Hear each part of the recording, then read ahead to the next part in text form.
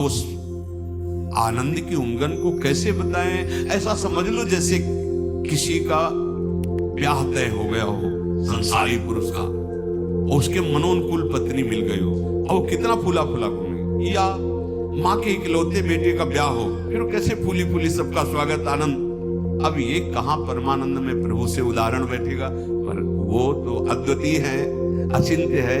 ऐसे ही चंद्र शाखा न्याय जैसा कि डाल के एक हाथ ऊपर देखो चंद्रमा दिखाई दे रहा, अद्भुत फूलन, अद्भुत उत्साह। जिस समय भगवत सन्मुख हो गए ना, एक ऐसी उन्मत्तता, एक ऐसे आनंद की उमंगन, उसके लिए ललचाओ। जो तुम खोज रहे हो इधर नहीं है, वो इधर है। परमानंद, विज्ञानानंद, क्या क्या भगवान की उस आनंद को महापुरुषों ने सजा करके बहुत सुख में, परमानंद में, निश्चित निश्चित। हम कई बार कहा है कि अगर ऐसा कुछ होता हम कह जरूर देते, भले हमारी कमी होती कि हमारी कमी के कारण, पर हम कह देते, बस सच्ची कहते हैं।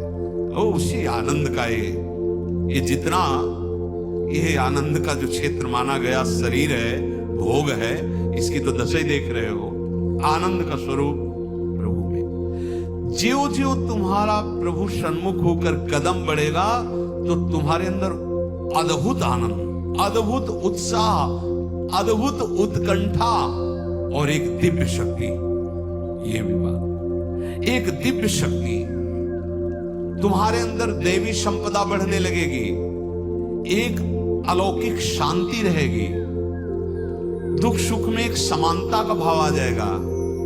कोई भी भोग तुम्हें प्रिय नहीं लगेगा, नहीं खान पान ते भावे है, नहीं कोमल वसन सुहावे है, सब विषय लगे ते खारा है, हरि आशिक का मग न्यारा है।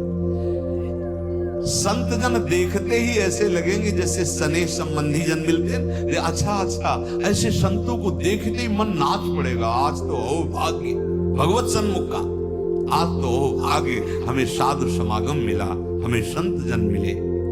तुम्हारी विलक्षण एक स्थिति होगी, कोई भी द्वंद्व तुम्हें स्पर्श नहीं कर पाएगा।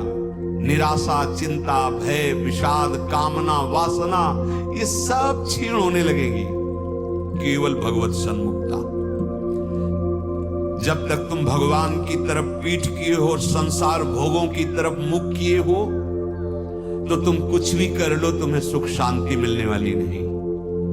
जितना जितना तुम भोग संग्रह, धन वैभव एकत्रित करोगे, उतना ही अशांत और चिंतित और शोकित होते जाओगे।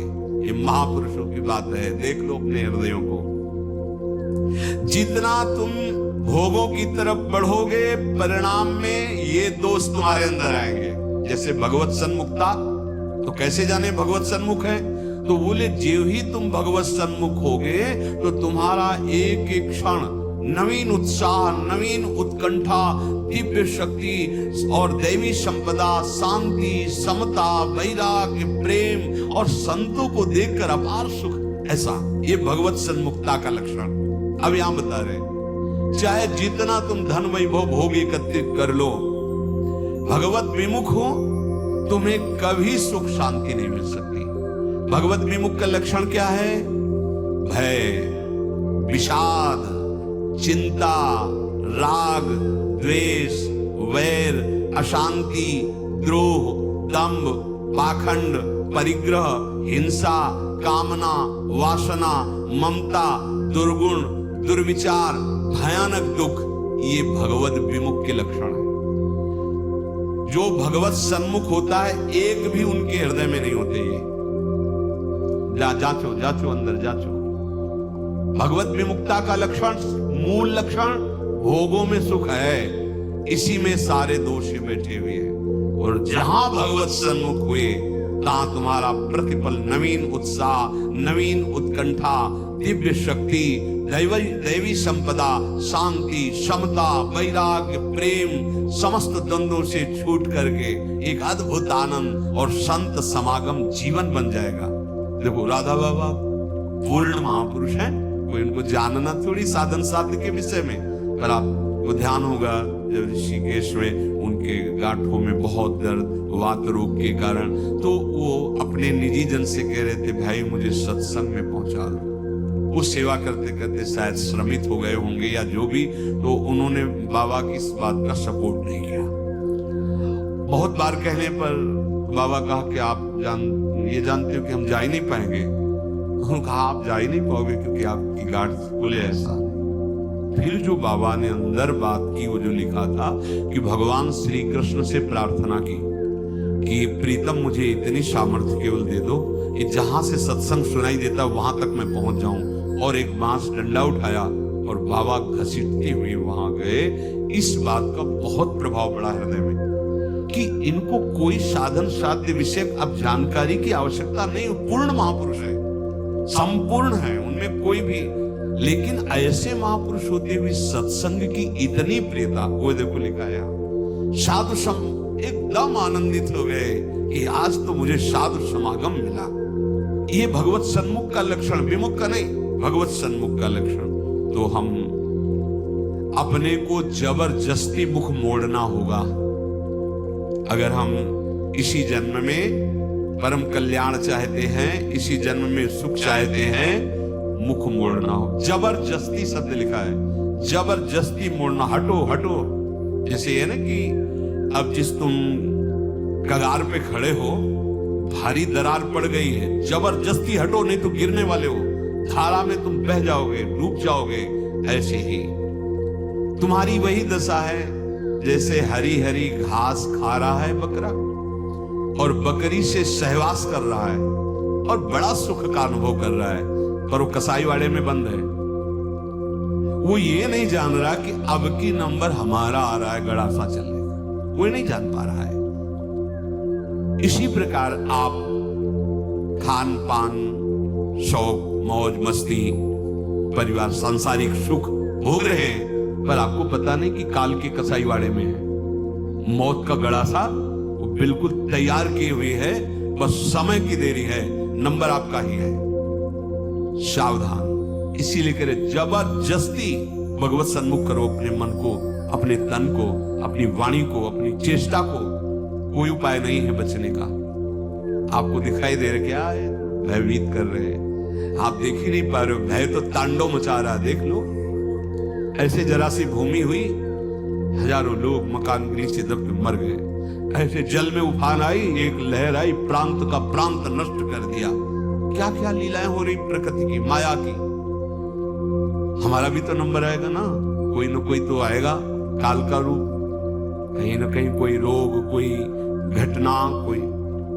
और हम मस्त हैं जैसे बकरा हरी हरी घास खा रहा है, ऐसा ऐसा उसको लग रहा है बड़े सुखी, ये पता नहीं अगला नंबर हमारा है। तुमको बिना सूचना दिए, बिना राय के तुम्हारी मृत्यु तुम्हारा नाश कर देगी। मृत्यु किसी से राय लेती क्या?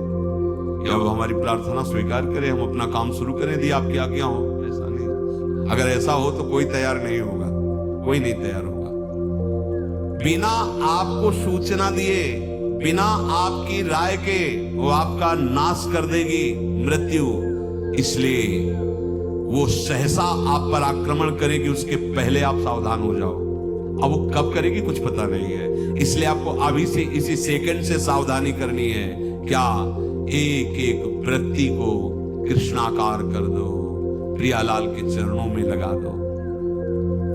बुद्धिमान उपासक सावधान, तुम्हारी जन्म के साथ ही मृत्यु पैदा हो चुकी तुम्हारी।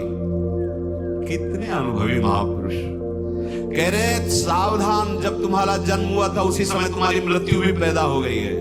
बस तुम्हारे साथ चल रही मृत्यु अवसर देख रही है, समय देख रही है, जहां पूरा हुआ वो अपना काम कर देगी। इसलिए प्रतिक्षण तू मृत्यु की दृष्टि में है, शिकार बिल्कुल लक्ष्य पे है। मृत्यु का अंतिम स्पर्श तुम्हारा सर्वनाश कर देगा। शरीर, रुपया, पैसा, कामना, घर, मकान, पद, पदवी, सब। अतः तुम कुछ ऐसा करो जिससे मृत्यु शरीर पर प्रभाव पड़े, आप पर नहीं। आप कर्ता भोक्ता भाव में, इसलिए आप पर प्रभाव पड़ता है। वो क्या है?